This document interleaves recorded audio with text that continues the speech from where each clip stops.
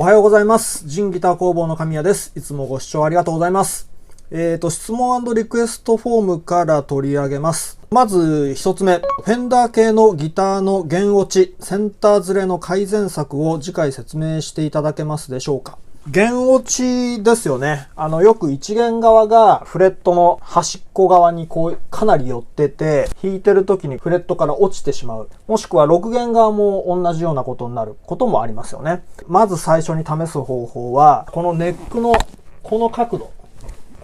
度を少しだけ変えてあげます。裏のこのネジを緩めます。ネックを左右に動かしてやると、ちょっとずれるのがわかりますよね。一弦側が狭い、よく弦落ちするっていうんであれば、ネックをこっちの方向にすればいいわけですから、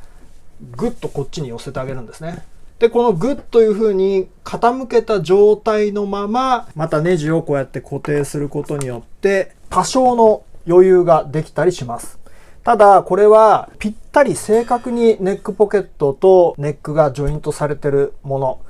要は精度がいいものであればあるほど、こういう技は使えないです。なので、フェンダーとかは結構ルーズに作ってあるので、ストラトとかには有効ですよね。そういう風に修正したとしても、左右がまだ狭いと。で、そういう場合っていうのは、ちょっとこれも改善するかどうかはわかりませんけれど、フレット交換とかをして、フレットの有効面積ですね。この面積を確保する。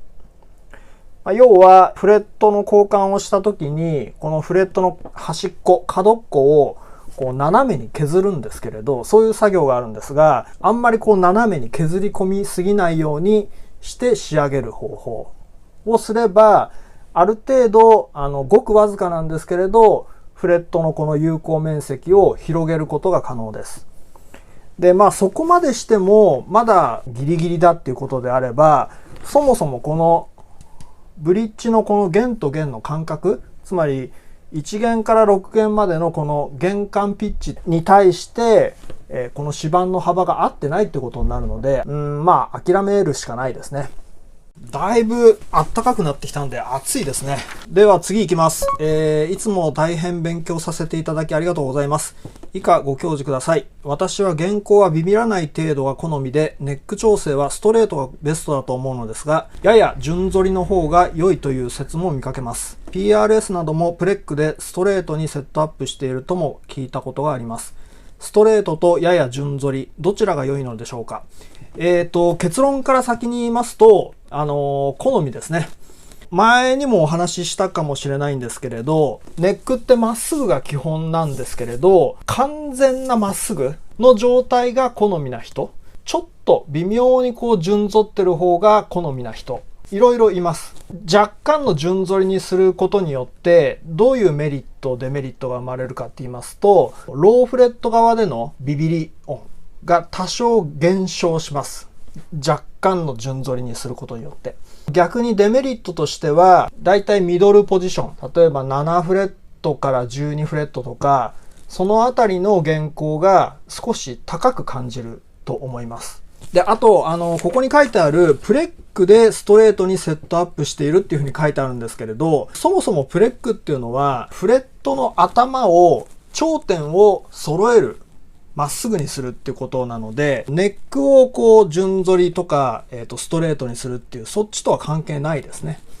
はい。では次行きます。こんにちは。いつも楽しく動画拝見しています。EMG のピックアップについて質問です。私の持っているピックアップは古いもので、ピックアップから白い線と赤い線がそれぞれ1本だけ出ています。リアハム一発でワンボリュームワントーンにしたいと思っています。どのように配線したらいいですか？また、配線の延長はどのような方法で行っていますか？はい、今の EMG っていうのはコネクタータイプになっているので、素人さんにとってみれば、説明書通りにコネクターをカチンカチンとつなげていけばいいだけなので、わかりやすいっちゃわかりやすいんですよね。で、ただいろいろ配線をね、改造したりとか、そういう風なことをするにあたっては、このコネクタータイプっていうのは非常に、面倒で風に思ってます。はい。それで、昔の EMG っていうのは、このように白い太い配線が1本出てて、あと赤い配線ですよね。赤い線が出てます。で、これ赤い線はバッテリーのプラスにつながります。白い太い方、これは被膜を剥くと、このように一芯シールド線になってます。で、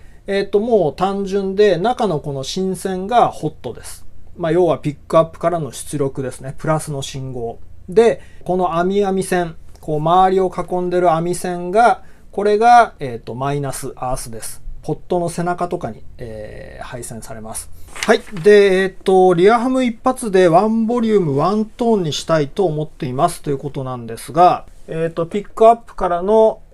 まず赤い線は 9V のプラスにつなぎます。白い線ですね。この網線っていうのは、ポットの背中、つまりアースにつなぎます。中のこの1本の線っていうのは、ボリュームで言ったら、この3番端子、ここにつなぎます。1番はポットの背中につなぎます。つまりアースですよね。ボリュームに関しては2番から、ジャックへ行きます。トーンは2番だろうが3番だろうがどっちかにつないであげて、トーンの2番端子につなぎます。1番端子とアースの間にコンデンサーですね。はい。それで、配線の延長はどのような方法で行っていますか？こういう方法で行っています。まず網線を、千枚通しみたいな先の尖ったものでほぐしていきます。ほぐしたらこのように1本によってハンダ上げですね。事前準備をして、で熱収縮チューブの大きめなものと、小さめなもの2つ用意します。で最初に大きめなものを配線に通しておきます。で次にこの小さな熱収縮チューブをこのようにセットして、でまず芯線同士をハンダ付けします。ハンダ付けしたら熱収縮チューブ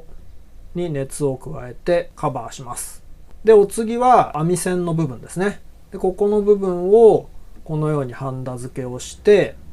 さっき通しておいた大きな熱収縮チューブをずらしてきて、ライターとかで炙って、で完了です。私は今までずっとこういう風な感じでやってきたんですけれど、例えば場所的に余裕があれば、一芯シールド線同士をこういう風に平行に、こういう形でハンダ付けしちゃってもいいかもしれません。網線をここでハンダ付けしてしまって、で、芯線もこういう風にここでハンダ付けしてしまって、で、あと全体を、絶縁テープかなんかで巻いておくと、カバーしておくと。で、こういう風にした場合っていうのは、一方から来た線がこう来て、で、もう一方から来た線がこう来るので、ここでこうまとめますよね。余裕があればこういう配線でもいいと思うんですよ。で、ただ、例えばピックアップからの線を、延長したい場合とかだと、こういう風にしてしまうと、ボディのピックアップの配線を通す穴って小さいじゃないですか。こういう形にして繋いでしまうと、つっかえて通らなくなるんですね。ですから、さっきのような、私がやったような、ストレートな配線にしてあげた方が、取り回しがしやすいっていう利点はあります。はい、では次行きます。こんばんは。質問失礼します。実家に数年ぶりにギターを取りに行きましたが、SG タイプのギターのペグ、5灯のオープンバックのものがガサガサ砂を噛むような感覚で回しづらくなっていました。どのようにすれば改善できそうですか？異常なトルク感できついです。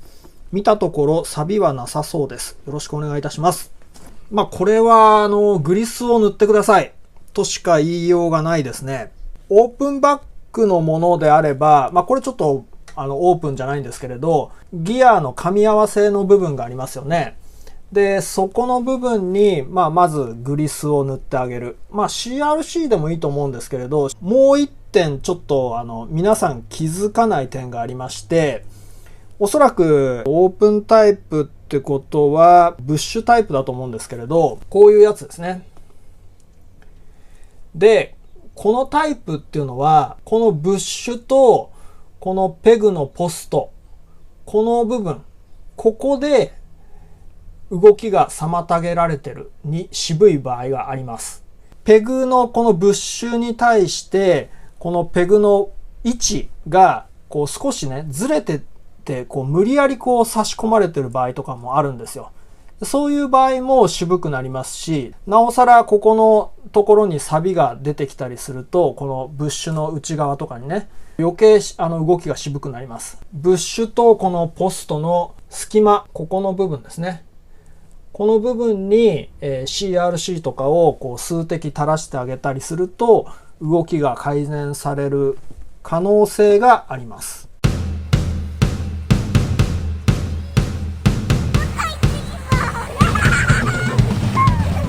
で、これはですね、クラシックギターとかも一緒で、これちょっと、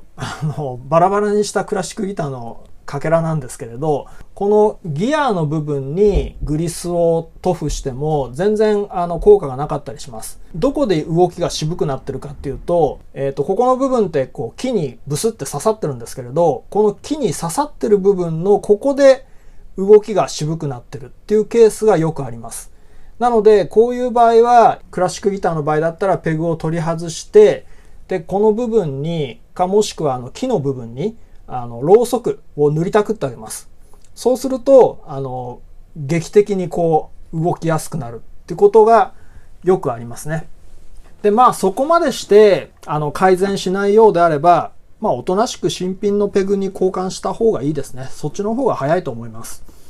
はい、最後、神谷様、いつも大変興味深く拝見させていただいております。ご質問が3つございます。1、レーザー加工機は何をお使いでしょうか？差し支えなければ教えてください。また、使用している厚紙はケント紙でしょうか？ 2、ミニルーターで溝を切る際、フリーハンドで行われていらっしゃるように見えますが、テンプレート等はなくてもできるものなのでしょうか？ 3、ミニルーターはシトゥマックのフォーダムパワーツールのような機器をお使いでしょうか？以前フォーダムパワーツールを購入しようか迷ったことがあるのですが、価格的にドレメルの方が安価だったので、現在はドレメルを使っています。ドレメルだと重さで少し動かしづらさを感じることがあります。以上よろしくお願いいたします。私が使ってるレーザー加工機は、スマート DIYs というところから出てます、ファブールレーザー CO2 という機種ですね。これも今は販売終了しましたっていう風になってるので、手に入らないんですけれど、出力は 30W のものです。かなりでっかいですね。こんな感じで。加工できる範囲が広いので、すごい便利ですね。この機種は、組み立て式なんですよ。バラバラの状態で入荷しまして、で、それを説明書を見ながら、自分で組み立てていく。そういう製品です。同じ 30W で、今これが後継機種になるんですかね。エッチャーレーザープロっていうのは、これが38万2800円だそうです。レーザー加工機を宣伝している動画とかよく見かけるじゃないですか。それね、注意しなければいけないのは、結構早送りで、3倍速、4倍速ぐらいの早送りで動画を流してるんですよ。その加工しているところを。実際のスピードはすごく遅いので、このぐらいの速さでできるんだって思ってしまうと、騙されますから気をつけた方がいいと思います。もちろんね、そのぐらいの超高速で動くレーザー加工機っていうのもあるんですけれど、そういう、業務用のっていうのは、それこそ4、500万ぐらいするので、車が買えちゃう値段ですね。レーザー加工機って2種類あって、金属用とか含めるともっとありますか。私が使ってるのは CO2 レーザーってやつですね。で、もう一つはダイオードレーザーっていうのがあって、これは10万円以下ぐらいで手に入るんですかね。出力が非常に弱いんですよ。このファブールのレーザーミニってやつだと、出力が 1.6W もしくは 3.5W ですね。30W から比べると10分の1ぐらいの出力にしかならないので、カットできる素材の厚みだとか、そういうのも制限されてしまいます。趣味レベルでやるんだったら、このぐらいのパワーで十分なんでしょうね。アクリル板の 3mm とか 4mm とか、この 30W だと最高アクリル板だと 6mm ぐらいまではいけますね。このぐらいの厚みのアクリル板を切断するとかっていう風になると、このダイオードレーザーだと全然もう話にならないというか、使えないですね。